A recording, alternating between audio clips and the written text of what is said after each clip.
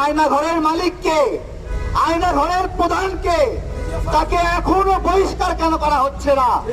সেনাপ্রধানকে জিজ্ঞাসা করছি, মানে খাল কেটে কুমির নিয়ে আসবেন মাননীয় সেনাপ্রধান?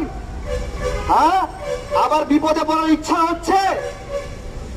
সব সময় কিন্তু দেশে জনগণ নামে না মাঠে।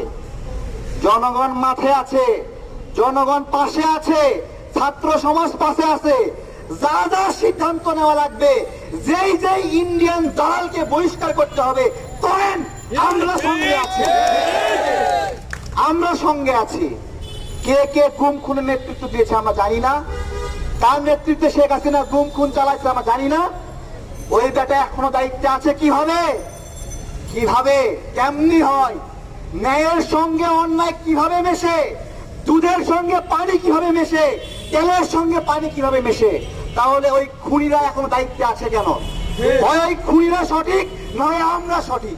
যদি আমরা সঠিক হই, ওই গুম খুনের কারিগর যারা, তাদেরকে বহিষ্কার করতে হবে।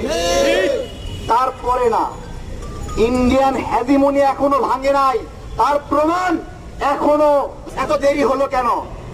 কার সাথে সলা পরামর্শ করতে হলো? এত দেরি হলো কেন?